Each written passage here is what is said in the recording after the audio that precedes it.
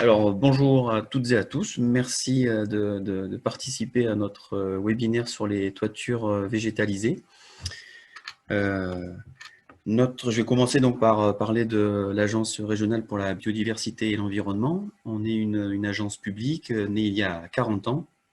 On est un syndicat mixte et notre mission principale est de mobiliser les acteurs et d'accompagner les territoires dans la transition écologique et la préservation de la biodiversité. Aussi, nous sommes une équipe de 38 agents. Pardon, il y a un tout petit... Comment j'enlève... Parce que moi, je n'avais pas ça d'habitude. Le petit bandeau. Et encore... Par contre, il va rester quelque part. Plutôt alors, disons, je sais pas, parce que là, il y aura des moments... Oui, attends, encore un dernier point. Comment tu faisais ça pour le bouger? Mince. Bon, ok. Non, mais ça me... Ah mince, pardon, excusez-moi. Comment tu faisais ça pour le bouger? Pardon, mais... Tu le prends, tu cliques dessus. Où? N'importe où? Ouais. Je sais pas. Bon, peut-être là comme ça. Ouais, allez, bon. Encore désolé pour tous ces... Tout était bien paramétré sur le premier ordi et là il y a un petit bandeau en plein milieu là qui est très perturbant. Donc ce webinaire s'inscrit dans le cycle qu'on a intitulé 1 heure pour comprendre et agir. Ce sont des temps d'information courts, réguliers, sur des sujets ciblés. On a mis en place ça en début d'année. Vous avez les précédents sujets qui ont été abordés là sur la diapo. Et le prochain sujet, ce sera sur comment diminuer la pollution plastique à l'aide de la commande publique. Donc là, le sujet d'aujourd'hui sur les toitures végétalisées est en lien avec ma mission. Je suis chargé de mission gestion durable des eaux pluviales. Et donc, l'objectif de cette mission est d'étudier les réalisations qu'on a dans notre région, les noues, les parkings perméables, les cours d'école végétalisés, les toitures végétalisées, les jardins de pluie, hein, enfin tout le panel de ce qui est possible en technique durable de gestion des eaux pluviales, pour voir ce qui peut être à promouvoir directement et ce qui demande un peu des adaptations et s'il y a besoin d'adaptation. Bien sûr, Hop, voilà. Alors voilà les différents sujets qu'on va aborder durant cette heure ensemble. Tout d'abord, je vais faire une petite intro sur la gestion durable des eaux pluviales et présenter certains éléments observés et de l'étude sur les toitures végétalisées. Ensuite, la deuxième partie sera axée sur comment stocker l'eau, comment retenir l'eau sur les toitures végétalisées. Et la dernière partie sera sur comment diversifier les toitures au sein de vos territoires pour répondre à différents objectifs. Alors, la gestion durable et intégrée des eaux pluviales, déjà pourquoi intégrer? C'est parce que plutôt que d'avoir un ouvrage béton qui sert uniquement pour gérer l'eau de pluie, l'ouvrage qui va gérer l'eau de pluie a d'autres fonctions. Ça peut être votre parc, ça peut être un stade de foot, un stade de basket. Au lieu d'avoir du coup un ouvrage qui sert uniquement par temps de pluie, vous avez un ouvrage qui est utile tout au long de l'année et qui a en plus une utilité lorsqu'il pleut. L'idée de cette gestion, c'est de se sortir de la vision hygiéniste de l'aménagement des villes, qui était utile à une époque pour endiguer justement les épidémies liées à l'eau à leur époque. Et là maintenant, c'est plutôt l'inverse. L'idée, ça serait de rendre visible l'eau, d'avoir des cheminements de l'eau en ville, aussi pour répondre aux défis des villes d'aujourd'hui, à savoir qu'elles deviennent perméables, vertes et résilientes. Et l'un des objectifs est de recréer un cycle de l'eau en milieu urbain, ce qui s'oppose au fonctionnement actuel qui est très linéaire, où dès qu'il pleut, on amène l'eau dans des canalisations qui s'évacuent en dehors de la ville, et ce qui fait qu'au final, on a un déficit d'eau en ville. Alors que si on alimente le sol, on alimente aussi les nappes, et le fait d'avoir un sol humide, ça permet de favoriser l'évapotranspiration. Pourquoi concevoir une ville avec la gestion durable et intégrée des eaux pluviales? Ça permet du coup de limiter les eaux de ruissellement, de diminuer les vitesses d'écoulement et les inondations, Ça permet d'éviter la saturation des réseaux, unitaires ou dédiés aux eaux pluviales. Et enfin, ça permet d'éviter la concentration de la pollution qui, en fait, le gros de la pollution liée aux eaux pluviales se fait durant le ruissellement. Les gouttes d'eau se chargent en éléments polluants et plus vous infiltrez à la source, moins vous allez avoir donc de pollution dans vos eaux et donc de dégradation des milieux. Donc là, dans les outils possibles de gestion durable des eaux pluviales, vous avez donc les toitures végétalisées qui peuvent répondre à ça. Et donc là, on va commencer par déjà faire un point sur la typologie des différentes toitures. Pour cela, je vais faire référence à la typologie de la DIVET, qui est une association de professionnels des toitures végétalisées.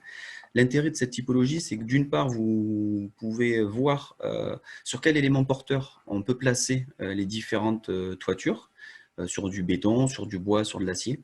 Le sujet d'aujourd'hui, enfin notre webinaire sera axé sur la structure béton. L'intérêt aussi de cette typologie, c'est de classer en fonction donc, des épaisseurs de substrat et donc du poids.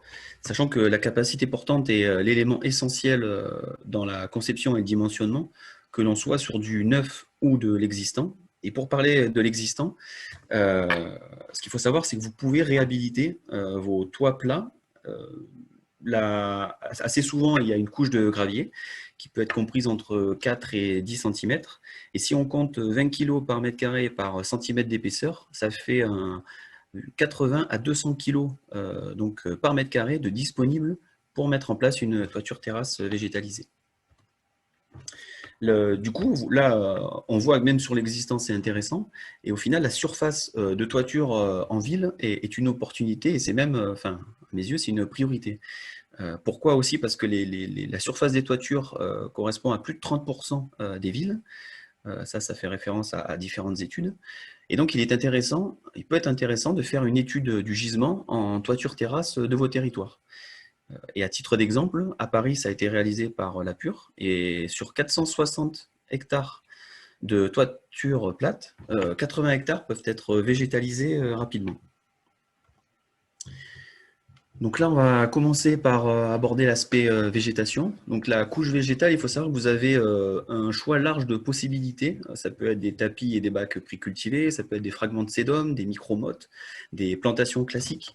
Et au final, donc là, vous voyez avec les deux photos, ça vous donne des rendus qui sont vraiment différents entre, je sais pas, oui, on voit bien la souris, oui. Entre celle-là où vous avez donc un mélange sédum et mousse, et là où vous avez donc des plantations. Donc voilà, on voit bien que le rendu est différent. À mes yeux, je pense que ce qui peut être au moins demandé, c'est l'itinéraire de culture, voire l'imposer, mais bon, ça, peut-être pas. En tout cas, là, l'idée, c'est d'éviter d'avoir des plants qui viennent d'une autre région sans phase d'endurcissement. Et l'objectif, au final, est quand même d'orienter vers des pépinières locales pour avoir des plants acclimatés. Le localisme est une chose où, même au niveau réglementaire, peut être un peu complexe, mais là, justement, là, on a la preuve que, enfin, en tout cas, il faut des plants locaux pour qu'ils soient habitués aux conditions et qu'ils s'acclimatent le plus rapidement possible.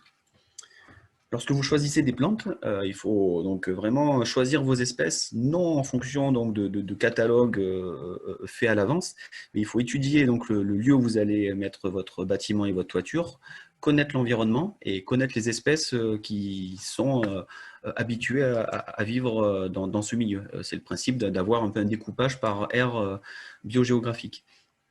Et le choix des plantes orientera le choix du substrat. Ça, on le verra un peu après, et inversement. Alors, pour la liste des... Sinon, des questions dans questions. Ah oui, bah alors du coup, excusez-moi, avec tous ces problèmes qu'on a eu au début, oui, je viens de voir d'ailleurs. Alors, pour les questions, donc là, on va dérouler la partie présentation. Pour les questions, ou des remarques, si vous pouvez les indiquer dans l'onglet Q&R, plutôt que le chat, ça serait parfait et on répondra aux différentes questions à la fin de la présentation. Pardon, c'est vrai que du coup, j'ai complètement oublié de parler de ça. Alors, sur l'aspect liste des plantes, sur 2 diapos, donc, je vais vous présenter des listes qui sont liées à de l'observation, ce qui vous permettra de voir des espèces qui semblent résister aux conditions donc, des toitures chez nous. Donc, la première liste vient d'une thèse qui a été menée sur un site pilote sur l'IUT d'Avignon. Donc là, le choix des espèces s'est fait en étudiant donc, des habitats méditerranéens qui ont des conditions proches des toitures végétalisées. Et à partir donc de ce choix d'espèces initial, vous avez ensuite le suivi qui vous permet de voir celles qui ont bien résisté, celles qui ont du mal à résister. Ça peut orienter vos choix, sachant que, attention, il faut bien garder l'idée d'avance, c'est que chaque site a ses particularités et du coup, les espèces que vous devez retenir dépendent de la localisation où vous êtes, même en région, quoi. La deuxième liste de plantes, là, elle a été... donc, il y a eu un observatoire qui a été animé par Plantécité. Là, en ce moment, il est en pause. Ils m'ont transmis les données brutes qu'ils ont réussi à avoir sur les toitures dans le sud, donc c'est-à-dire dans les départements du 13, du 26, du 34 et du 84. Ça fait 6 toitures, avec un suivi entre les années 2015 et 2016, sur donc des toitures entre 2 et 9 ans. Et là, la liste que vous voyez, c'est la liste des espèces qui étaient classées en tant que maintien. Donc, elle semblait bien s'adapter aux toitures de ces différents départements. Donc là, encore une fois, voilà, c'est pour orienter les choix possibles, mais à chaque fois, il faut adapter votre toiture à votre zone. Là, l'idée de cette diapo, c'est de ne pas se limiter aux tapis précultivés. Ils ont leur avantage. Vous avez un recouvrement élevé très rapidement. Mais la manière dont on fait pousser les sédums, même si les sédums ont des systèmes racinaires peu développés, le fait de l'enlever de son milieu de production et ensuite de le remettre dans le milieu où il va être sur la toiture, ça fragilise les plants parce qu'on perd une partie des racines. Là, vous avez donc sur cette photo l'exemple, je suis passé quelques temps après la pose du tapis précultivé et là, vous voyez en tout cas sur ce site, l'acclimatation était difficile. Autre point, il y a quand même des éléments artificiels. Là, ici, vous avez le géotextile. Là, ici, vous avez une géogrille. Là, on peut se poser la question, est-ce que vraiment c'est essentiel d'avoir ce type de tapis précultivé au vu de tout ça? Par contre, alors ça, c'est potentiellement, il y a un réel avantage sur les mousses. Alors là, vous avez donc plusieurs exemples de photos. Là, c'est sans donc, tapis précultivé. Et vous voyez que les mousses finissent par, en s'asséchant, elles se recroquevillent. Elles créent des petites micromottes comme ça. Et avec le vent, vous pouvez donc avoir vous pouvez emporter ces micromottes et donc vous emportez et le sédum et le substrat. Vous perdez du substrat en plus. Alors qu'avec le tapis précultivé, la mousse s'associe à ce mélange géogris et géotextile. Et là, vous voyez, du coup, ça donne un rendu où il y a vraiment une belle harmonie entre mousse et sédum, sachant que les mousses, plusieurs études, dont l'étude sur l'IUT d'Avignon, indiquent que ça permet d'avoir une rétention d'humidité pendant un peu plus longtemps. Et donc, c'est quand même assez bénéfique chez nous.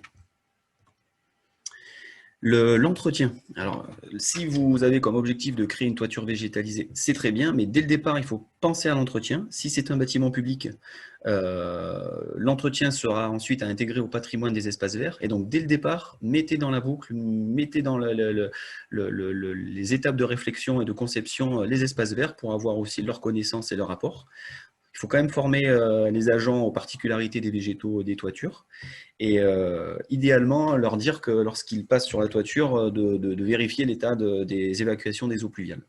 Si c'est un bâtiment privé, vous pouvez quand même prévoir une prestation pour l'entretien courant. Il y a une période qui est essentielle, c'est la période de confortement, dont l'objectif est d'atteindre 80% de couverture. Et ça, si vous voulez, vous pouvez prévoir un contrat. 1 à 2 ans, ça dépend en fait du type de plan que vous avez mis et du temps qu'il faudra pour atteindre ce 80%. L'intérêt, c'est d'avoir le budget prévu et d'avoir du coup une équipe qui est dédiée à ça, dont l'objectif est d'atteindre ce 80% de couverture.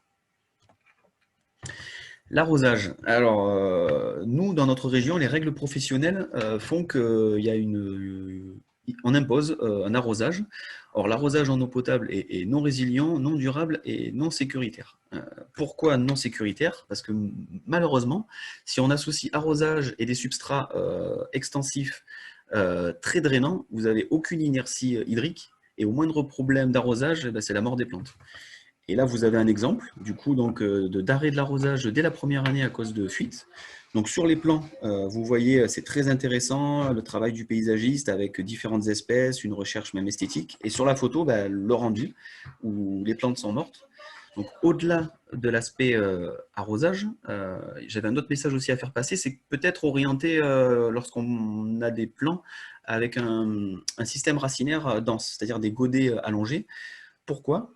C'est-à-dire que si vous avez un système racinaire qui est plus dense que la partie aérienne, déjà, le système racinaire sera peut-être plus à même à récupérer l'eau.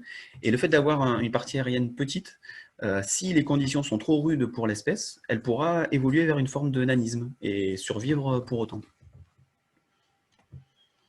Petit zoom sur la dégradation des systèmes drainants en polystyrène. Là, vous avez une série d'exemples où le polystyrène se dégrade en microbilles. Et donc tout ça, ça s'évacue avec les eaux pluviales. Donc, voilà. Point d'interrogation de est-ce qu'il faudrait peut-être arrêter de les utiliser ou attention à la pause et penser à cette dégradation possible. Et là, c'est la dernière diapo de cette première partie. En complément aux toitures végétalisées, vous pouvez avoir donc une connexion de vos évacuations des eaux pluviales aux espaces verts, un espace vert en creux par exemple. Donc là sur ce site, vous avez donc un décaissement et partant de pluie, cette zone peut se mettre en eau.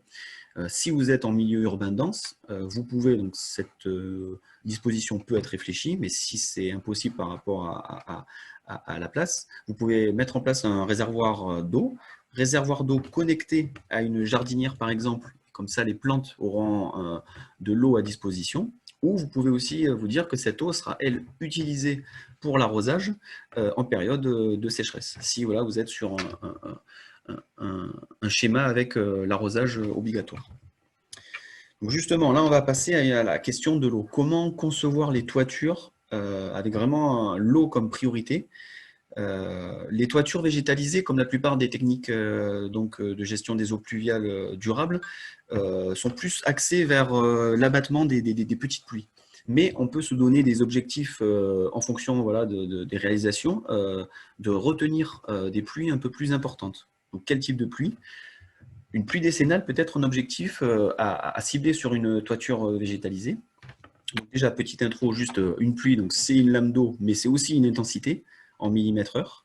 Pendant longtemps, en termes de dimensionnement, on a utilisé l'instruction technique de 1977. Ce sont des données qui sont non localisées. Donc, à voir si on continue ou pas à utiliser ça. Si vous voulez de la donnée locale et précise, il faut passer par Météo France. Par contre, ce sont des données payantes. Et là, le petit message, c'est d'essayer d'avoir un maximum de pluviomètres AOG sur les territoires, en les posant suivant les règles de l'art, pour avoir de la donnée locale et publique. Et pour quand même donner une idée de ce que représente une décennale chez nous, donc là, vous avez une carte qui vient du Memento technique de l'ASTI. Et en zoomant donc, sur la partie Provence-Alpes-Côte d'Azur, oui, pardon. Donc une décennale sur une heure est comprise entre 41 et 65 mm de pluie.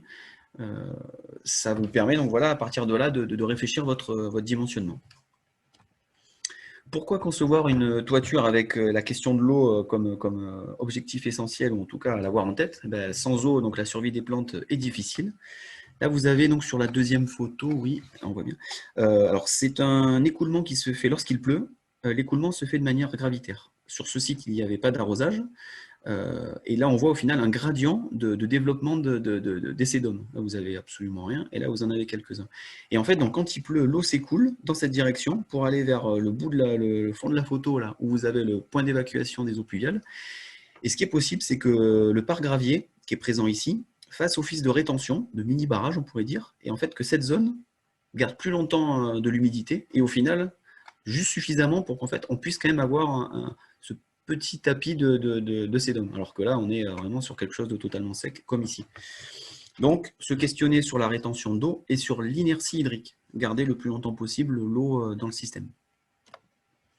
Pourquoi aussi concevoir des toitures avec un objectif lié à l'eau? C'est parce que la présence d'eau va vous permettre donc de recréer cette idée de cycle de l'eau et de créer des îlots de fraîcheur. Îlots de fraîcheur, pourquoi? Parce qu'en fait, lorsqu'on évapore 1 gramme d'eau, ça consomme 600 calories de l'air. Il faut savoir que sur la question donc, de l'évaporation, l'évapotranspiration, on évapore, le substrat seul évapore plus que la transpiration des sédums. Mais sur ce point-là, il n'y a pas de consensus, il y a pas mal de données qui sont hétérogènes, et moi je vous conseille de lire le premier chapitre de la thèse de Yann Duza, qui aborde de nombreux points, dont celui-là, et vous vous ferez votre avis. Mais voilà, je trouve qu'il y a beaucoup de résultats un peu hétérogènes, et les études sont beaucoup des études anglo-saxonnes. Donc après, pareil, peut-être avoir des études chez nous avec nos conditions. Mais en tout cas, le message là, pour moi, c'est l'objectif, c'est prioriser l'inertie hydrique ou l'évapotranspiration, suivant les objectifs qu'on se donne au niveau de la toiture. Tout ça, c'est à réfléchir quand vous concevez, quand vous écrivez votre commande pour la toiture végétalisée. Et enfin, le petit point, c'est que, alors certes, on a un rafraîchissement qui se fait au-dessus des toitures végétalisées, mais il semble localisé. Du coup, qu'en est-il du bénéfice dans la rue, où là, l'îlot de chaleur urbain pose problème? Bon, point d'interrogation, peut-être qu'il faudra des études. Et aussi, quelle surface de toiture de toiture végétalisée il faut pour avoir un réel bénéfice en termes de réduction de la température en ville. Et là, vous avez un exemple qui a été réalisé à New York. Si on végétalise 50% des toitures de la ville de New York, on diminue uniquement de 0,8 degrés. C'est un schéma sur des villes américaines. Il y en a aussi une étude à Toronto et à Chicago. Donc, ce sont des schémas de villes qui ne correspondent pas vraiment à nos villes. Donc, pareil, on peut se poser la question chez nous. Donc là, on a vu pourquoi stocker l'eau. Maintenant, on va voir comment stocker l'eau sur la toiture végétalisée. Donc, on peut la stocker dans le substrat ou dans une structure dédiée. Donc, dans le substrat, la porosité du substrat, finalement, c'est du vide. Et ce vide peut être comblé par de l'eau. Mais il y a un autre élément, il y a d'autres caractéristiques, mais l'autre caractéristique qui intervient fortement dans la question qu'on se pose, c'est la perméabilité. Et il faut trouver un équilibre entre évacuer et retenir l'eau. Ensuite, vous avez aussi la possibilité donc, de stocker dans des structures dédiées. Ça peut être dans des structures alvéolaires ultra-légères ou dans des bacs de rétention. Donc là, l'eau se stocke dans ces alvéoles ou dans le fond de bac. Ces deux types de structures peuvent se placer sous la partie végétalisée de votre toiture ou sous des dalles sur plot. Donc ça veut dire que la totalité de votre surface de toiture peut être donc recouverte avec ce type d'équipement.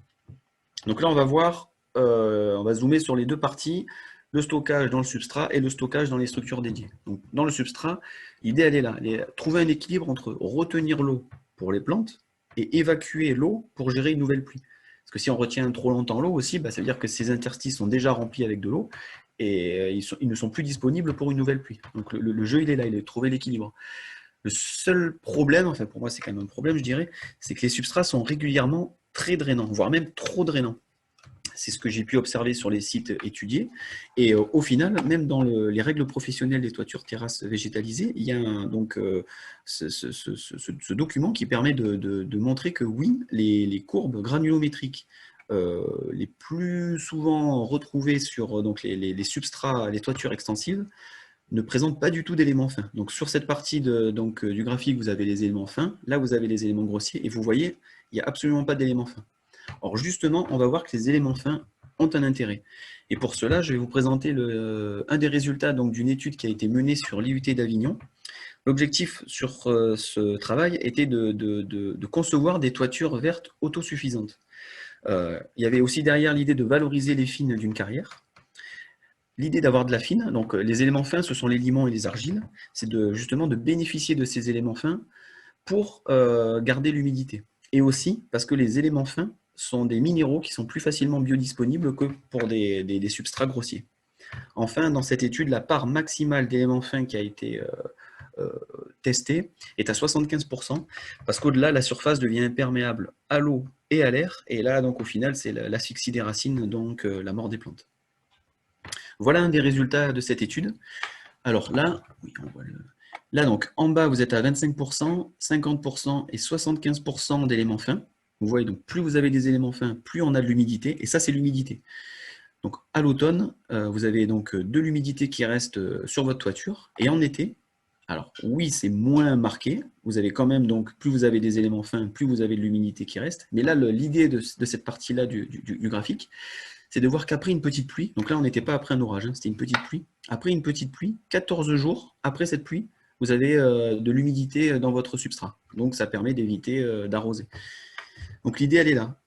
Essayez d'orienter les futures commandes avec un substrat à base d'éléments fins, pas nécessairement d'aller jusqu'à 75%, mais en tout cas d'en utiliser, même pour les substrats extensifs.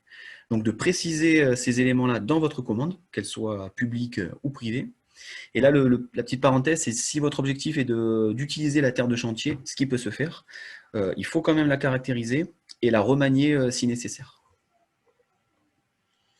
Un autre point, donc là on a vu les caractéristiques du substrat, là c'est sur l'épaisseur. Donc pour comprendre quel est l'effet de l'épaisseur sur une pluie, je vais utiliser donc ce graphique où vous voyez donc, alors là vous avez donc un pic de pluie, c'est-à-dire c'est le débit évacué depuis la toiture du bâtiment. Donc là sur la courbe bleue, c'est une toiture nue. Là, c'est une toiture avec 4 cm d'épaisseur de substrat, et là, avec 20 cm d'épaisseur de substrat. Donc, on voit, plus vous avez de l'épaisseur de substrat, déjà, plus le pic diminue. Donc, ça fait moins de volume évacué sur la voirie ou dans les canalisations. Et ensuite, il y a aussi le décalage qui est important à voir là sur ce graphique. C'est le décalage dans le temps, qui est aussi utile parce que du coup, vous évitez l'engorgement, encore une fois, et de vos voiries et de vos réseaux. Pour l'aspect substrat, épaisseur en tout cas, pardon, il y a aussi l'idée de se dire à quel seuil on a vraiment une rétention qui est efficace. Et là, l'étude Groove, qui a été réalisée sur l'Île-de-France, et vous pouvez en tapant Groove sur YouTube, vous avez la restitution, et tout récemment, il y a le livrable papier qui est disponible. Donc eux, ils ont montré qu'à 25% d'épaisseur, on a une rétention d'eau qui est efficace. En tout cas, il y a un bond. Il y a une évolution qui est non linéaire entre avant et après 25%. Cette étude a été menée sur 36 toitures, donc c'est vraiment une étude robuste, intéressante. Moi, je me questionne juste sur le fait que justement, est-ce qu'à 25 cm, on ne passe pas sur des substrats semi-intensifs? Et donc, même ça, dans les règles professionnelles, vous avez aussi la même courbe que je vous ai montré tout à l'heure, courbe granulométrique. Sur les substrats semi-intensifs, on a un peu plus d'éléments fins, et donc peut-être que leur présence explique une partie de ce gap au niveau de la rétention d'eau. Une question là-dessus, tu préfères qu'on la prenne à la fin? Oui, comme ça je déroule tout. Oui, pardon, apparemment il y a une question précise, mais si ça vous va, on déroule tout et après on prend le temps de répondre aux questions. Donc là, on en a fini avec l'aspect substrat. Maintenant, on va voir la structure dédiée dont je vous ai parlé sous le substrat. Ce qu'il faut savoir, ce qui est autorisé, c'est le stockage temporaire et uniquement sur structure béton. Du moment où vous allez sur du stockage à long terme, vous êtes sur ce qu'on appelle une technique non courante. Donc, ça implique une surprime d'assurance. Et pour éviter cette surprime, par contre, vous pouvez avoir un avis technique favorable, notamment du CSTB. Là, l'idée sur les 2-3 diapos là qui vont suivre, c'est pour le moment d'aller vers de l'expérimentation chez nous pour pouvoir avoir des résultats autour de ce type de conception et peut-être demain orienter la conception vers ce qui pourrait s'appeler du stockage évapotranspiration. L'idée est d'avoir donc une réserve d'eau disponible pour les plantes et aussi pour l'évaporation en général et donc le rafraîchissement si on veut rafraîchir. Donc là, il y a quelque chose donc il faut expérimenter, évaluer, adapter, mais l'objectif de cette adaptation, de cette connaissance, c'est d'arriver à savoir où on place le curseur entre quelle quantité d'eau on garde sur la toiture pour les plantes et quelle quantité d'eau, quel vide plutôt, on a besoin d'avoir pour gérer une nouvelle pluie. Ça, ce point-là, on le verra juste après avec un plan en coupe. Et avant d'avoir une question sur les moustiques, vu que là, je parle de stockage d'eau, pour que le moustique aille pondre dans cette eau, il faut qu'il traverse le substrat, un géotextile ou une plaque, suivant le type d'équipement que vous placez. Il a quand même suffisamment d'eau stagnante disponible pour ne pas aller là, quoi. Et donc, il y a une expérimentation qui a été menée avec cette idée de stocker l'eau. C'est à Orléans, sur une toiture donc, de 600 mètres carrés, une étude réalisée par le CEREMA. Donc le principe, donc là vous avez 6 cm de substrat et 15 cm de structure alvéolaire. Le principe, c'est lorsqu'il pleut, donc l'eau s'accumule dans cette zone et elle s'évacue qu'une fois donc, les 15 cm remplis par ce trop-plein. Ce qui se fait classiquement, donc le principe du stockage-restitution, c'est qu'au niveau du radier, j'ai perdu la souris, au niveau du radier, ici, vous avez un orifice qui permet donc un débit de fuite. Donc lorsqu'il pleut, l'eau se remplit, mais elle s'évacue en même temps, suivant un débit de fuite, des bits fuites que vous pouvez imposer, notamment dans vos PLU. Donc là, non. Là, l'eau s'accumule. Et l'idée de trouver cette espèce de compromis, de point d'équilibre entre stocker l'eau pour les plantes et avoir du vide disponible pour une pluie, et bien, par exemple, si on veut gérer 60 mm de pluie, une décennale de 60 mm, ça voudrait dire qu'on place un orifice à 9 cm par rapport au radier. Donc vous avez 9 cm d'eau disponible pour les plantes. Et ensuite, vous avez 6 cm de vide disponible pour pouvoir gérer un nouvel orage. C'est tout ce jeu-là où ça serait intéressant d'avoir de l'expérimentation chez nous pour pouvoir orienter ensuite la conception vers ça. Et donc, en termes de résultats, il y a eu beaucoup de résultats associés aux études menées là, sur cette toiture, mais le résultat là, que je voulais vous présenter, c'est donc sur ce graphique, vous avez en haut les pluies, et en bas, la courbe correspond au niveau de l'eau dans les alvéoles. Et donc, vous voyez que dans cette période-là, où il n'y a pas de pluie, donc en période de sécheresse, le niveau de l'eau dans les alvéoles diminue. Donc, cette étude confirme qu'il y a un flux hydrique entre l'eau stockée dans les alvéoles et le substrat. Donc, évaporation, évapotranspiration et ensuite humidité utile dans le substrat pour les plantes. Et pourquoi ça serait intéressant d'avoir de l'expérimentation chez nous? C'est parce que ça, cette évolution-là, c'est un cas associé à Orléans. Ça serait intéressant de savoir à quelle vitesse, chez nous, dans nos conditions entre le vent et la chaleur, l'évapotranspiration se fait, pour savoir à quelle vitesse, et ben, du coup, on diminue la quantité d'eau dans la structure, et peut-être que rapidement, on n'aura plus d'eau. Et du coup, si ce cas de figure se... Ah, bah non, j'ai même pas touché. Excusez-moi, c'est bon, c'était... Ah, pardon, c'est parce qu'en même temps, on a un écran interposé et il y avait eu d'un coup un bug, mais c'est bon, il n'y a pas de... Ouais. Donc du coup, si on se rend compte que rapidement l'eau s'évapore, ce qui peut être aussi conçu, c'est de prévoir une connexion d'une arrivée d'eau directement dans cette structure, donc sous le substrat. Et donc, ça permet d'avoir de l'eau disponible pour les plantes sans avoir une eau qui sera mise en surface et rapidement évaporée ou emportée par le vent. Donc là, on a vu le stockage dans le substrat, le stockage dans des structures dédiées. Et donc, du coup, est-ce qu'il faut faire un choix? Est-ce que les combinaisons sont possibles? Donc là, avec ces résultats-là, l'idée, c'est d'essayer d'apporter des éléments de réponse. Donc, si on veut l'équivalent en termes d'abattement de pluie à ce qu'on vient de voir comme schéma, c'est-à-dire 6 cm de substrat et 15 cm donc, de stockage dans des structures alvéolaires, donc un abattement de 70% des pluies, il vous faut 30 cm de substrat. Ça, ce résultat, ça vient donc de l'utilisation de l'outil Faveur du CEREMA qui permet d'étudier le comportement des toitures végétalisées. Et l'autre élément à voir, c'est que oui, si vous avez peu d'épaisseur de substrat, là par exemple, cette courbe traduit des substrats de 6 cm, du coup, votre abattement en pluie est plutôt faible. Donc maintenant, la dernière partie, c'est l'idée de cette dernière partie, c'est de dire, essayons de diversifier les choses, ne pas standardiser les toitures. La biodiversité naît aussi de la diversité des habitats. Si on a des toitures toutes identiques, eh ben, on n'aura pas vraiment de biodiversité. Et là, l'idée, c'est justement ça, varions les toitures. Donc, une manière de varier aussi les toitures, c'est d'avoir en tête que votre toiture, elle doit se fixer un objectif.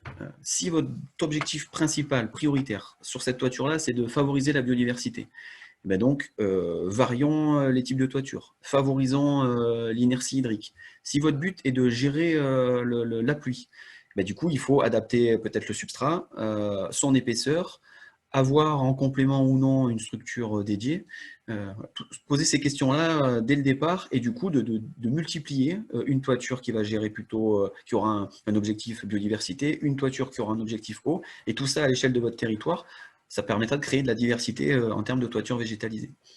Si vous avez quand même comme volonté d'avoir des sédums, ok, ce qui peut être quand même intéressant, c'est de compléter les sédums avec des vivaces ou de laisser de la place disponible pour des espèces spontanées.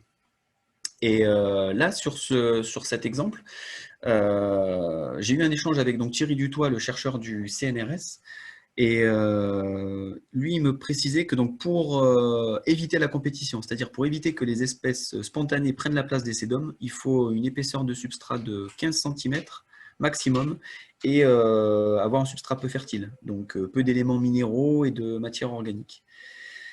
Donc, on vient de voir, l'idée est de diversifier les toits, mais aussi on peut diversifier les milieux au sein d'une même toiture. Et là, pour cela, on peut donc créer des micro-habitats. Une possibilité est de jouer sur les épaisseurs.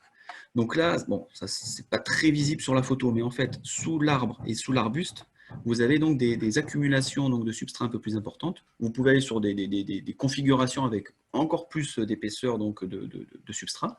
Donc ça, c'est une première possibilité pour créer des micro-habitats. Une autre, c'est d'avoir des substrats variés au sein de votre même toiture. Par exemple, là, vous avez une espèce qui a besoin un peu d'eau, ben, vous mettez un substrat qui permettra une inertie hydrique. Là, vous voulez mettre des sédums, et ben, vous placez un substrat drainant et on varie. Là, cette photo-là, l'idée de la présenter, c'était que donc là, vous avez vraiment un milieu qui est différent du reste, avec donc des espèces spontanées qui se sont développées. Ce regard est une arrivée d'eau. Bon, il n'y avait pas d'arrosage sur ce site, donc l'arrivée était pas complètement fermée, mais l'autre arrivée générale, elle, était fermée, donc théoriquement, il ne devrait pas y avoir d'eau, mais peut-être que par moment, il y a des fuites, ce qui pourrait expliquer donc cette présence d'espèces spontanées, mais aussi, ce qui est possible, c'est que ce regard crée une sorte de petit monticule de substrat. Et autant, rien que ce monticule permettait de retenir les graines apportées par le vent d'espèces donc sauvages. Et ça suffisait donc pour avoir ce micro-habitat. Et un autre exemple, pour créer des micro-habitats, ça peut être les panneaux solaires. Là, sur cette photo, vous voyez que l'ombrage généré par le panneau solaire permet à cette espèce de se développer, alors qu'à côté, bah, c'est très sec. Donc voilà, c'est aussi une possibilité. Et pour terminer, là, l'idée de cette diapo, c'est de se dire, on n'habite pas au pied d'un volcan, on n'est pas au pied du Vésuve. Et là, vous voyez sur ces photos qu'au final, on a des milieux donc quasi volcaniques. Enfin, c'est normal, la pouzzolane, c'est une roche volcanique. Le problème, c'est qu'en fait, c'est un peu un cercle vicieux. C'est si vous avez des conditions où vos plantes vont commencer à mourir et vont commencer, ou même le tapis de sédum va commencer à être éparse, vous allez avoir donc des zones où on aura le substrat à nu, substrat à foncé, et donc il va accumuler de la chaleur, et ça va être un cercle vicieux, vous allez créer des conditions encore moins favorables pour les plantes. Et l'idée, au-delà de ça, c'est de se dire, recréant un paysage calcaire. La Provence est principalement un paysage calcaire. Et pour cela, bon, c'est une idée, hein, mais on pourrait aussi recycler des pots en terre de couleur claire dans le mélange qu'on met en surface. Le fait d'avoir donc des éléments clairs, ça va aussi jouer sur l'albédo. Donc vous allez augmenter votre albédo et donc vous allez éviter d'avoir de l'énergie qui va s'accumuler, de la chaleur qui va s'accumuler dans votre toiture et qui sera restituée ensuite. Aussi, la présence donc de pots en terre ou autre peut répondre au principe du paillage minéral. Bon, pour ça, il faut commencer à mettre une couche et on n'est plus juste sur un mélange avec quelques éléments donc clairs, mais l'intérêt du paillage minéral, c'est aussi ça permet de limiter l'évaporation du substrat. Donc encore une fois, on peut garder l'humidité plus longtemps et donc cette humidité sera bénéfique pour les plantes. Voilà, donc j'en ai fini avec la présentation. En éléments complémentaires, voici des ressources associées au projet Nature for City Life. Donc vous avez un lien vers le MOOC, un lien vers différentes fiches, dont la fiche associée à la toiture de l'IUT d'Avignon. Et vous avez là encore d'autres éléments complémentaires si vous voulez aller plus loin. Je vous remercie. Et juste avant de laisser la place aux questions, j'ai oublié d'aborder un autre point là sur la photo où je vous ai montré que les plantes étaient mortes et avec l'idée de... Bon, je ne vais pas revenir, ça va faire... Juste pour dire qu'il y a un site où, au final, l'épaisseur de substrat permettait d'avoir des espèces spontanées qui se développent, d'avoir donc une végétalisation spontanée. Et ce sont les habitants de la commune qui ne trouvaient pas ça beau, en plus à jaunir au moment de l'été. Et du coup, c'est eux qui réagissaient. Au final, donc les espaces verts avaient, on leur demandait de faucarder.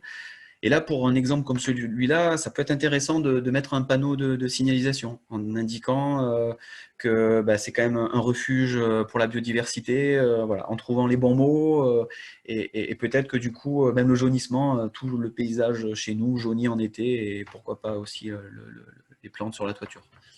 Voilà, c'était juste la petite parenthèse que j'avais un petit peu oubliée avec les 2-3 éléments problématiques là, techniques. Merci, et place aux questions du coup maintenant. Donc tu les as affichées là. Alors, j'arrive à voir. oui. La première, c'est donc comment gérer la concurrence entre photovoltaïque sur toiture et toiture végétalisée. une des dernières photos Oui, montrées. ouais, bah, je peux. Répète peut-être la question, je ne suis pas sûre que tu Alors oui, alors la question c'est comment gérer la concurrence entre photovoltaïque sur toiture et toiture végétalisée.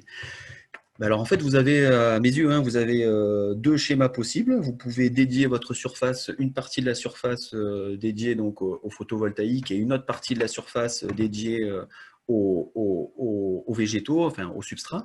Vous pouvez aussi donc avoir donc là par contre c'est un panneau solaire thermique, hein, c'est pas du photovoltaïque. Donc, vous pouvez aussi avoir ce type de configuration où du coup, vous placez. Bon, après là, il y a aussi un autre élément, c'est la distance. Ça, pareil, il faut une certaine distance. Si vous mettez des plantes rases, bah, la distance entre le substrat et le bas du panneau pourra être plus faible. Il est plutôt conseillé d'avoir une distance plutôt élevée. Ensuite, ça s'étudie sur votre site par rapport au vent. Donc les panneaux de cette manière-là peuvent peut-être être problématiques et pour répondre à ce genre de particularités, certains exemples de toiture ont les panneaux qui sont posés à plat. Donc voilà, la concurrence, je ne sais pas si on peut parler de concurrence, mais on peut en tout cas l'anticiper, réfléchir et dédier des zones ou même se dire qu'on combine sur une même zone les deux, quoi. Le vrai problème, c'est qu'en fait, oui, on en avait parlé avec un fournisseur, c'est que pour les panneaux photovoltaïques, là, il y a des chiffres à la clé, on sait un peu à quoi s'attendre et il faudrait arriver à faire sortir une valeur monétaire au bénéfice des toitures végétalisées pour que, justement, elles aient aussi leur place. Après, on a des questions plus techniques. Donc, la question des substrats sur la technique des brown roofs. Ah oui, bah alors, ça permet de réduire le facteur drainant. Alors moi là, je veux bien que on définisse le brown roof. Je suis extrêmement mauvais en anglais, hein, excusez-moi. Voilà.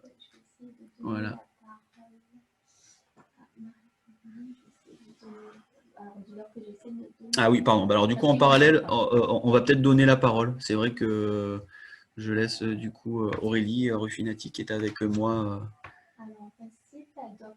Apparemment, là, vous pouvez poser la question. Oui. Est-ce qu'on m'entend? Oui. Bonjour à tous. J'ai posé beaucoup de questions. Par rapport à ta remarque sur la question de sol drainant, je voulais savoir s'il y avait eu des études, notamment sur ce volet-là, par rapport à la technique de ce qu'on appelle le brown roof, qui est l'idée de faire des toitures végétalisées en utilisant les matériaux trouvés sur site. Donc les matériaux sur site, c'est-à-dire la terre du chantier. La terre du chantier ou des matériaux de déconstruction si on est, s'il y a de la démolition, donc d'utiliser le substrat et de végétaliser à minima en espérant qu'il y ait, je dirais, un ensemencement naturel notamment avec un apport de graines avec le vent. Et du coup, je voulais savoir si, comme je sais qu'il y a eu des expérimentations de ce type de toiture qui ont été faites, en tout cas, c'est Envirobat BDM qui avait partagé cette information, notamment dans une des vidéos du MOOC qu'on a produit dans le cadre du projet Nature for Life, la nature comme facteur d'adaptation climatique, la nature en ville comme facteur d'adaptation au changement climatique.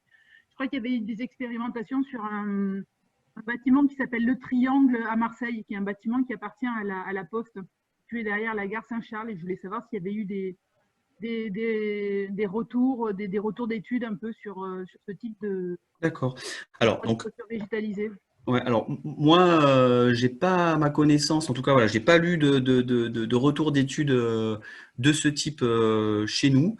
L'exemple qu'on a, par contre, donc c'est l'IUT d'Avignon où il y a eu deux types d'expérimentation et la deuxième, il y a justement l'idée aussi de laisser la place aux espèces spontanées.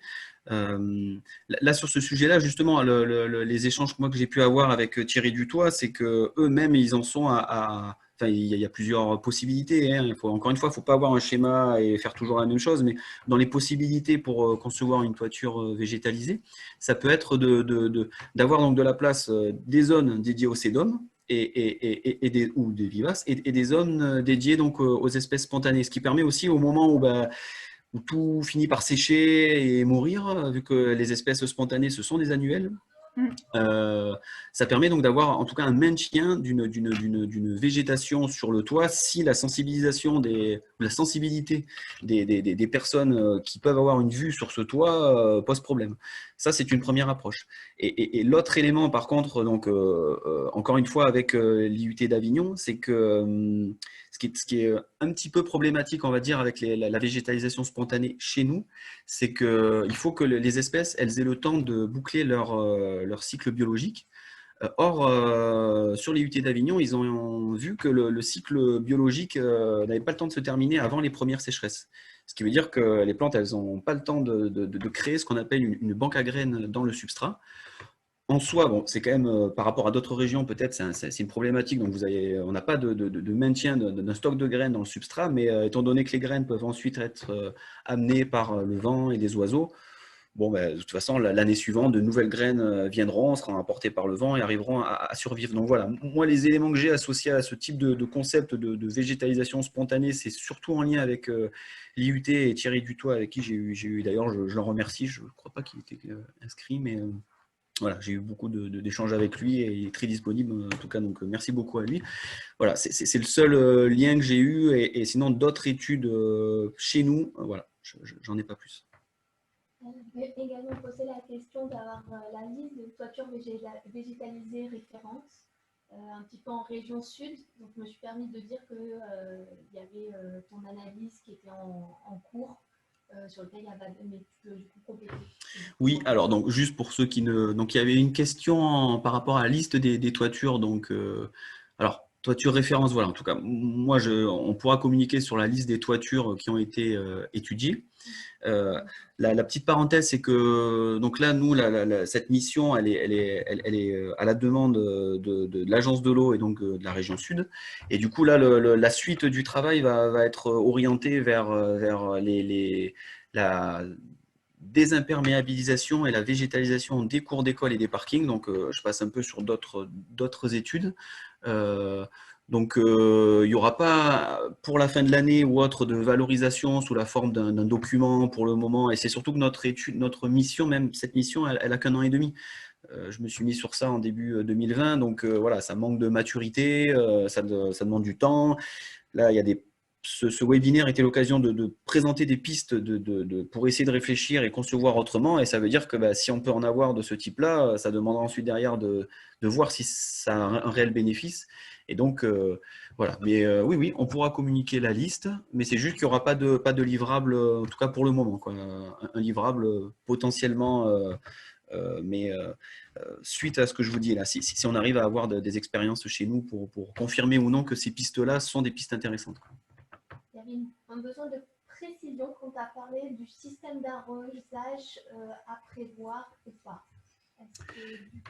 Alors, il y a une question, oui, sur le système d'arrosage. Alors, la question du système d'arrosage à prévoir ou pas. Là, si on peut peut-être plus la... Je vais donner la parole à la personne. Oui, bah voilà. Donc, Aurélie... Hélène, alors c'est Hélène Bailly, en principe, elle a la parole. Apparemment, vous avez la parole si vous souhaitez. C'est vrai qu'après... Est-ce que vous m'entendez? Oui. Oui, voilà. Je n'ai pas bien compris dans la partie, vous êtes passé assez vite sur la possibilité d'arrosage ou pas. Moi, j'avais compris que sur une toiture terrasse, il ne fallait pas prévoir d'arrosage, il fallait compter uniquement sur les pluies. Mais peut-être que ce que vous conseillez est différent. Je n'ai pas bien compris cette partie. Alors, en fait, c'est que la question de l'arrosage, dans les règles... pardon, excusez-moi, c'est qu'en même temps, on montait le son. Dans les règles professionnelles, on est de mémoire, il y a 3 zones de découpage en France. Et donc, du coup, notre région est dans la zone qui demande ou qui impose un arrosage. Donc ça, c'est pour ça que de manière systématique, la plupart des sites, en tout cas moi, dans tous les sites que j'ai pu visiter, ont un système d'arrosage. Là, l'idée, justement, moi, je conseillerais de non. Justement, il ne faut pas avoir d'arrosage. Et pourquoi? Parce que, justement, si on part dans l'idée qu'on arrose, presque on se dit, on se simplifie la vie et on ne réfléchit pas à comment faire pour que le système et son inertie arrivent à garder l'eau arrive à maintenir de l'eau le plus longtemps possible. Et c'était toutes ces pistes avec avoir des éléments fins, avoir donc une structure dédiée. Donc voilà, normalement, la plupart des sites sont avec un système d'arrosage, mais l'idée, ça serait d'essayer de l'éviter, même s'il y a quand même la question des premières années, où ça, pareil, c'est vrai que j'avais mis en point d'interrogation dans la diapo dédiée à ça. On peut se poser la question de comment mettre en œuvre un système d'arrosage temporaire. Est-ce que c'est viable économiquement, techniquement? Oui, enfin ça c'est vraiment pas un souci en soi, on va dire, hein. Ça serait peut-être plus sous forme de sprinkler, et donc là du coup ça voudrait dire une perte peut-être avec le vent. Mais placer des sprinklers ou alors juste avoir un système très simple pour un usage durant la période donc, de confortement, durant les 2, 3 premières années, ça, on peut se la poser, cette question-là. Et encore une fois, il y avait cette idée de, si on part sur l'idée de mettre en place donc, des réserves d'eau en dessous, de connecter, et là, c'est quand même un petit peu plus simple que tout ce qui est mis en œuvre jusqu'à présent, quoi. Mais on est bien d'accord, pour une question d'eau, pour une question d'économie de la ressource, l'idée serait plutôt de ne pas concevoir chez nous les toitures avec les systèmes d'arrosage, hein. Ok. Après, donc, on a des questions techniques. Donc, il y a les questions, notamment, quel est le, je sais pas, quel est le poids moyen au mètre carré, végétaux support, cette question-là qui est assez, vraiment, Alors, très pour le technique. poids, oui, alors attendez. Hop. Je vais revenir, excusez-moi, je vais juste repartager la présentation et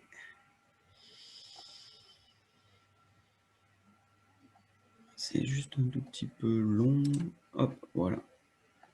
Donc là, il y a une question, excusez-moi, parce que c'est vrai que je suis dans ma tête là, mais donc il y a une question associée au poids. Alors, c'est bien ça, hein. Quel est le poids moyen au mètre carré pour... Ok. Alors, donc, le poids. Donc là, vous avez le poids. Donc, pour d'une toiture extensive, là, c'est en newton, quoi. C'est une manière de mesurer, mais faisons abstraction de ça. En fait, ces chiffres-là, ce sont des kilos, quoi. Donc, c'est entre 80 et 180 kilos pour une toiture extensive.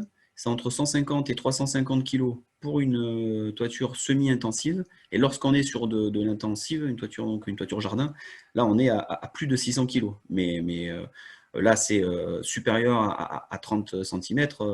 Enfin, on va même bien au-delà. Donc ça, c'est pour un premier élément de réponse. Et alors, j'avais prévu des diapos annexes. D'ailleurs, si vous avez une question sur l'aspect bénéfice thermique, on peut l'aborder. J'ai prévu une diapo sur ça. C'est présent. Ouais.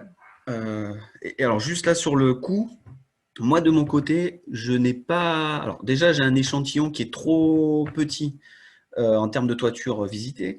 Les données, je vous avoue que c'est un peu une problématique, hein, les toitures végétalisées. Quand on veut creuser sur l'aspect technique et même l'aspect financier, des fois, il faut avoir donc, tout le DOE, donc c'est le dossier des ouvrages exécutés, pas mal d'éléments. Donc, c'est pas toujours évident d'avoir toute la donnée et d'avoir finalement, même quand on a le montant, mais on a le montant global, et d'avoir le détail de la toiture, juste de la toiture végétalisée, ça, c'est pas toujours évident. Donc, ça manquait trop de données. Donc, moi, j'ai pas fait ce genre de statistiques pour... les tendances auraient été totalement influencées par des extrêmes. Et donc, voilà, c'est pas un échantillon robuste, ce que j'ai. Donc, en termes de communication, voilà ce que moi, je peux vous donner. C'est donc des résultats donc, liés à une étude donc, de 2011, en tout cas donc, du guide de 2011 de Nature Paris. Pour de l'extensif, c'est entre 25 et 100 euros. Pour du semi-intensif, c'est entre 100 et 200 euros. Et pour de l'intensif, c'est supérieur à 200 euros le mètre carré. Et cette diapo me permettait de faire l'élément de communication autour des aides de l'agence de l'eau. Donc les aides peuvent être de 40 euros donc, par mètre carré. Si vous êtes sur une toiture qui est connectée donc, à un réseau, qu'il soit unitaire ou séparatif, ou si vous êtes sur la rénovation urbaine d'espaces imperméables. Après, il y avait deux questions plutôt en lien avec les entreprises. Donc, François Robéry, y a-t-il des entreprises spécialisées? Et Annelise Préau sur les entreprises qui sont capable de réaliser des toitures végétalisées. Ok. Alors, donc moi, dans le temps que j'ai passé là à étudier les toitures, rapidement, je me suis rendu compte que justement, pour préconiser des choses ou proposer des choses, c'était bien intéressant, mais après, il faut qu'il y ait une réalité sur les chantiers, sur la mise en œuvre. Le schéma le plus classique, c'est d'avoir au final un étancheur dont on va lui demander, dans le lot étanchéité, il aura la mise en place, le choix du substrat et du type de végétaux à mettre en place. Ça peut être aussi un paysagiste, mais alors, ce cas de figure est un petit peu moins, en tout cas dans ce que moi j'ai étudié, un petit peu moins représenté. Donc, dans le principe où on passe par un étancheur, lui-même, il a l'habitude de fonctionner avec des sociétés qui sont spécialisées dans l'étanchéité depuis des décennies.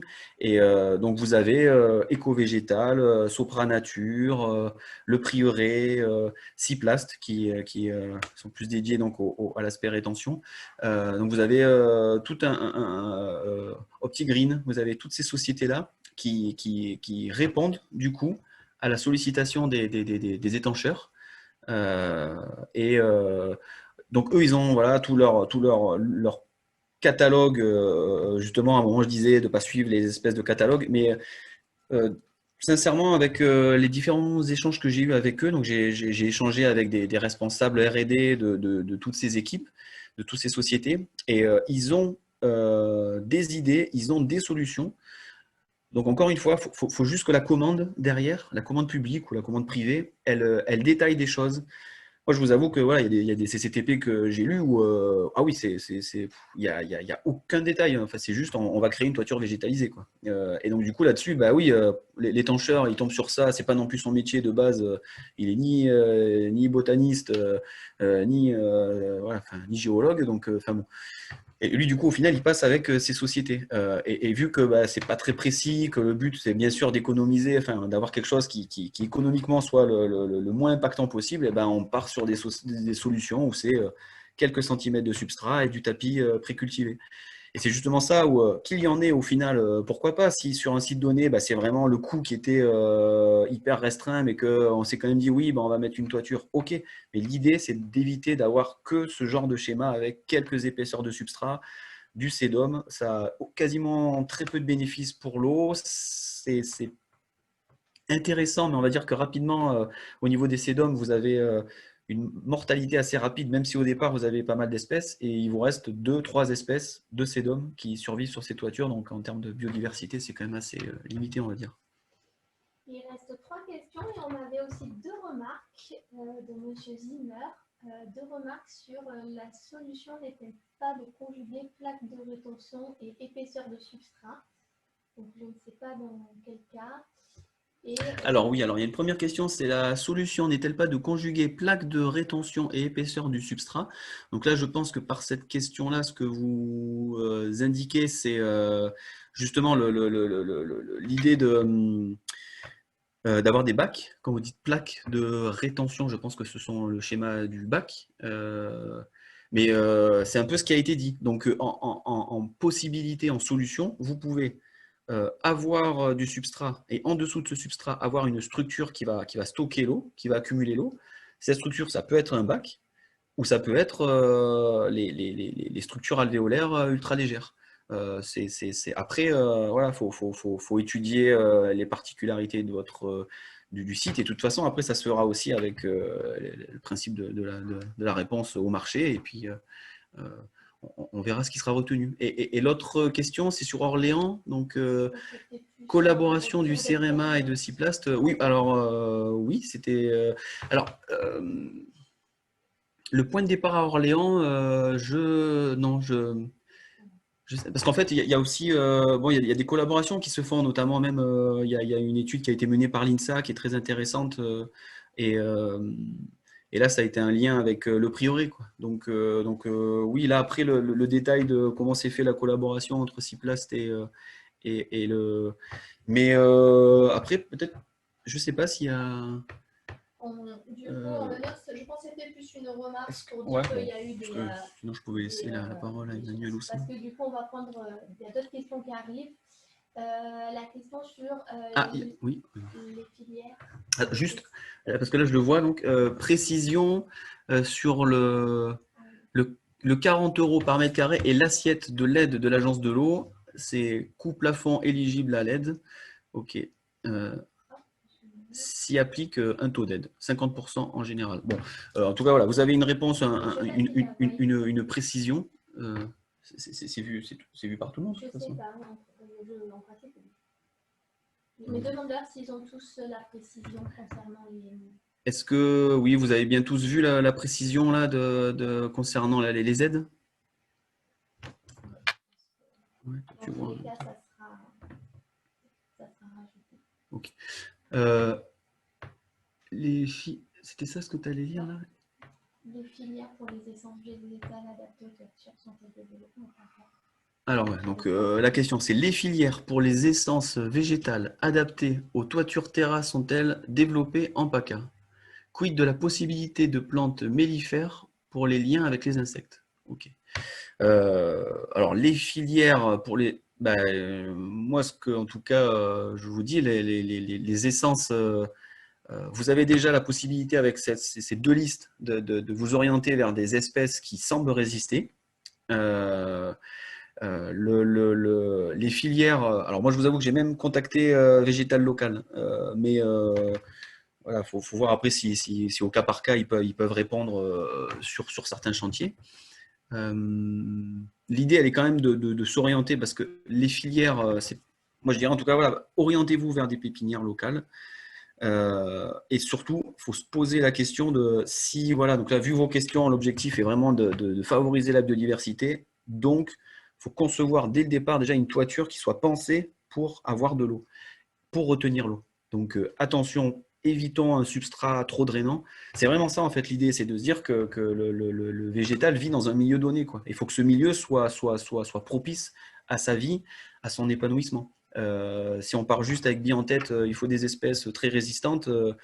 Oui, mais peut-être qu'elles seront même très résistantes. Elles auront été testées. Il y aura eu un endurcissement, il y aura eu une acclimatation à la sécheresse sur une pépinière donnée. Mais quand elle va arriver dans les nouvelles conditions sur la toiture, ça sera encore autre chose et elle ne s'acclimatera pas, quoi. Et pourtant, on se sera dit, ah bah oui, c'était des espèces qu'on avait justement voulu pour résistantes à la sécheresse, au stress hydrique.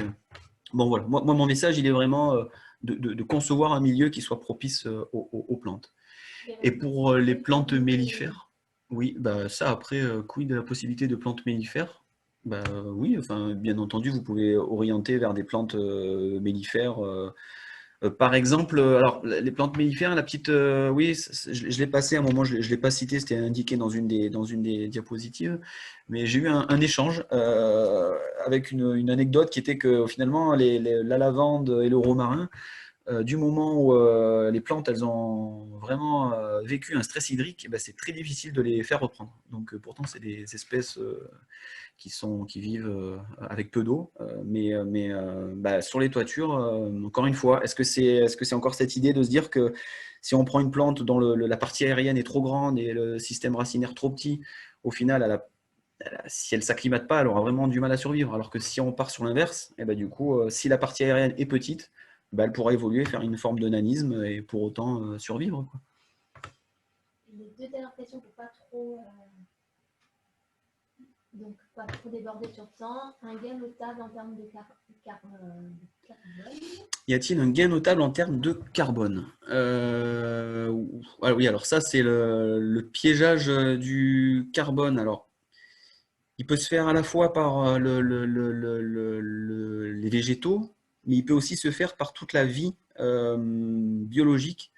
En fait, si vous créez des conditions qui sont suffisantes pour avoir quand même un taux d'humidité présent dans votre milieu, vous avez donc un substrat, et dans ce substrat, vous avez des bactéries, des champignons mycorhiziens qui vont se développer, et tout ça participera en fait à une forme de piégeage. Donc, après, pour autant, d'avoir des gains, ça, je crois que j'avais eu une étude, mais elle, je ne l'ai pas creusée.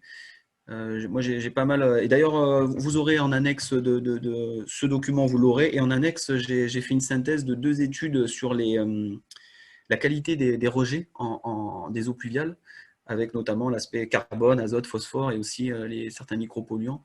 Donc en fait, ça montre bien que oui, vu que le système évacue de la pollution carbonée, il y a bien un phénomène aussi qui se produit, mais est-ce qu'on ne déporte pas, est-ce qu'on fixe? Oui, peut-être qu'on fixe, mais est-ce qu'au final, l'évacue pas avec les eaux pluviales? Enfin, moi, là, ça, c'est que des points d'interrogation. Je me suis aussi un peu intéressé à ça. Les études font ressortir des fois des choses un peu différentes et c'est pas très clair, on va dire, dans ma tête. Peut-être que pour certains. Oui, mais... En lien avec la question des plantes mellifères, il y a une précision que les cédomes sont de bonnes plantes mellifères. D'accord. Et une dernière question.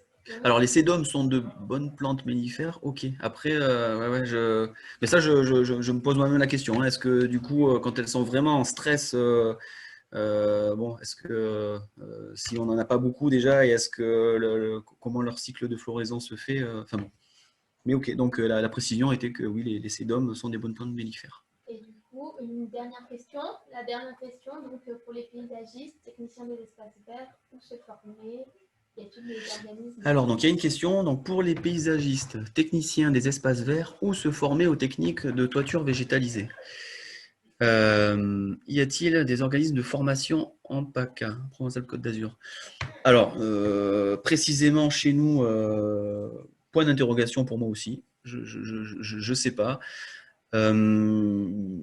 Moi, je vous avoue qu'après, oui, des centres de formation, vous pouvez par le CNFPT, par l'OIO, par même d'autres organismes hein, comme le GRE ou l'ADOPTA. Nous, donc, l'un des objectifs est à terme de devenir un centre de ressources également chez nous, dans notre région, pour avoir le même genre d'approche, le même genre de conseils que le GRE et l'ADOPTA.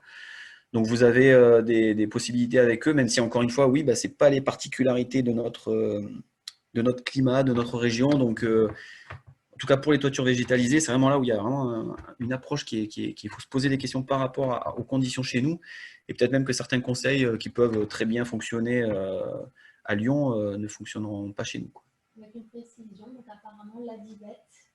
Ah, donc il y a une précision, formation possible auprès de l'ADIVET. Voilà. On est arrivé au bout des questions.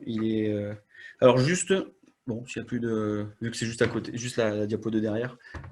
Pour ceux qui sont partis, parce que peut-être que notre objectif était de maintenir un créneau horaire, juste pour les quelques participants qui restent. Voilà, il y avait l'aspect donc bénéfice sur le confort thermique et je voulais juste aborder.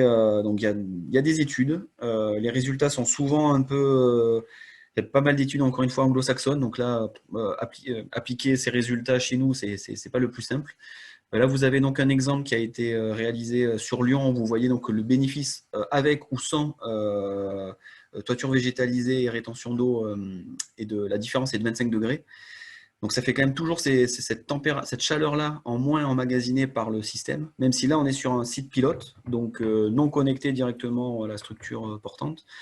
Et juste là, le message, c'était plus ce message-là que je voulais transmettre, c'est que les études montrent que l'intérêt donc des toitures végétalisées sur la rénovation, c'est là-dessus, on va dire, où c'est le plus intéressant en termes de bénéfices thermiques. Parce que sur du bâtiment neuf, tout est conçu, tout est déjà bien réfléchi pour isoler. Et c'est pas votre toiture en plus qui. Alors peut-être que si, mais si, mais de toute façon, ça a déjà été suffisamment conçu et réfléchi pour ça, pour l'aspect thermique. Et donc du coup, il y a une vraie possibilité de bénéfice sur l'habitat donc existant. Et là, vous avez donc c'est bien, c'est présent, oui. Juste, ouais, parce que je sais pas si. Oui. Voilà. Donc une toiture mal isolée, vous avez donc une réduction des flux de chaleur. De 89%, alors que pour une toiture bien isolée, on est à 7%. Et là, ça c'est en lien avec donc, une thèse. Voilà, ça permet d'avoir juste des idées, un peu des chiffres. Donc le message, il est encore une fois, étudiant le potentiel en toiture des territoires, toiture plate, et sur des toitures anciennes, peut-être que là, oui, autant l'isolation n'est pas si bien faite que ça, en tout cas thermique, et il peut y avoir un intérêt. Il me semble qu'on a... cette question. Alors, est-il envisageable de raccorder les eaux de toiture en pente à proximité d'une toiture plate qui serait végétalisée et dimensionnée pour? Si oui, comment on gère entre les propriétaires, celui de la toiture en pente et celui de la toiture plate? Très bonne question. Alors, autant alors, la première partie, là, c'est plus une réponse que je vais donner technique. Hein. Donc, si l'idée, ça serait de raccorder donc, la toiture en pente à une toiture plate, alors la seule chose, ça veut dire que là, vous avez, c'est le principe d'une surface active. Donc, vous avez, en termes d'eau collectée, vous allez avoir l'eau de votre toiture plate plus l'eau qui sera collectée sur la toiture en pente. Donc, encore une fois, si sur votre toiture plate, tout a été réfléchi en termes de capacité portante pour pouvoir gérer ce volume, cette lame d'eau qui sera cumulée, oui, techniquement, ça est-il envisageable oui, pour moi, en tout cas, là, je dirais que techniquement, je ne vois pas pourquoi il y aurait de frein. Mais j'engage que là, il y a encore peut-être des professionnels, là, des toitures végétalisées, peut-être qu'ils ont déjà eu cette situation-là. Et alors, le comment on gère entre les propriétaires, ou bah alors là, ça, je ne pourrais pas, moi, répondre et m'engager sur une réponse, quoi. On a fait le tour des questions. Je demande si personne... Écoutez, là, on a fait le tour des différentes questions posées. Est-ce qu'il reste encore d'autres questions que vous avez C'est vrai qu'il est 14h20, donc on a déjà pas mal dépassé l'objectif qui était de 13 à 14. Écoutez... Ah oui, on me rappelle des choses que d'ailleurs j'aurais oubliées. Donc il y aura un replay. Tout le webinaire a été enregistré, donc il sera disponible. Et il sera mis en ligne sur le site web. Oui, enfin voilà. Et donc du coup, il sera disponible sur notre site. Et bien entendu, vous aurez également la présentation. Et c'est pour ça, comme je vous ai dit, il y aura aussi là les annexes. Vous verrez, il y a des annexes liées à la qualité des eaux, où vous ferez un avis sur cette approche-là aussi, sur cette question-là. Ah, il n'y a pas eu encore une nouvelle question. Ah. Eh bien, écoutez, merci. Merci pour votre participation. Merci pour les questions, les échanges. Et puis, donc, vous avez le prochain webinaire, c'est le 22 juin, si j'ai bonne mémoire. 22 juin, donc sur comment... adapter la commande publique pour réduire la pollution plastique. Je vous remercie, bon après-midi et à bientôt dans ce cycle. Et petite dernière phrase, donc un nouveau cycle vous sera proposé pour le deuxième semestre avec donc des nouveaux sujets ciblés. Merci, au revoir.